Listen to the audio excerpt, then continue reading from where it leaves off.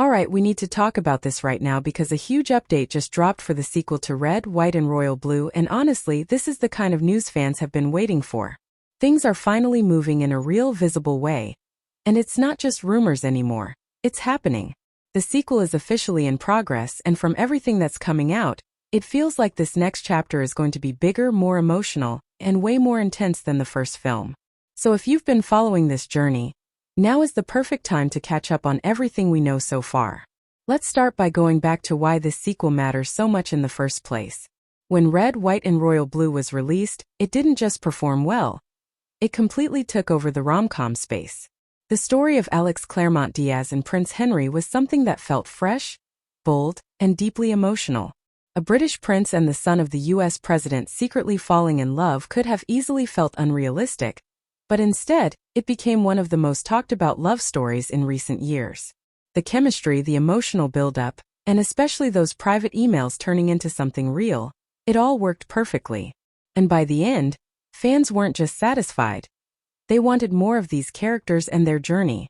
That's exactly why the sequel announcement in 2024 created so much excitement. And now, with the latest updates, we finally have a clearer idea of what's coming. The sequel is titled Red, White and Royal Wedding, and that title alone already sets the tone. This story is no longer about hiding a relationship. It's about what happens when everything is out in the open. A royal wedding is at the center of it all, specifically tied to Henry's sister, which instantly raises the stakes. Because if there's one thing we learned from the first film, it's that Alex and Henry cannot go through a major public event without something dramatic happening. What makes this even better is that the core cast is returning. Zakhar Perez and Galitzine are both back, which is honestly the best possible outcome. Their on-screen chemistry is what made the first film so special, and without them, the sequel simply wouldn't feel the same. Alongside them, familiar faces like Uma Thurman and Shahi are also returning, helping the sequel feel like a true continuation, rather than just a separate story. At the same time, new cast members are joining, including Lena Headey, which adds an extra layer of intrigue since her roles are usually powerful and complex. Even though her character details are still under wraps, her presence alone suggests that the story might take some unexpected turns. Behind the scenes, there's also a notable shift. Matthew Lopez, who directed the first film, is stepping back from directing, but is still involved in writing the story. That's actually a really important detail because it means the original creative voice is still part of the project.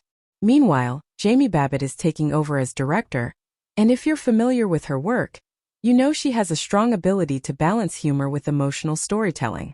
That combination could be exactly what this sequel needs to feel fresh, while still staying true to the tone fans loved. However, there is one big difference this time that has people both excited and a little nervous. The original story was based on the novel by Casey McQuiston, but this sequel is completely original. There's no book to follow, no existing storyline to adapt. Everything is being created from scratch, which means the writers have total freedom, but also a lot more responsibility. They have to capture that same magic, that same emotional depth, without relying on the source material that made the first story so strong. It's a challenge, but it also opens the door for something new and unexpected. In terms of the story itself, what we can expect is a deeper exploration of Alex and Henry's relationship. The first film ended on a hopeful note, but hope doesn't mean everything suddenly becomes easy. In fact, their situation is probably even more complicated now. They're not just in love, they're public figures whose relationship is constantly under scrutiny.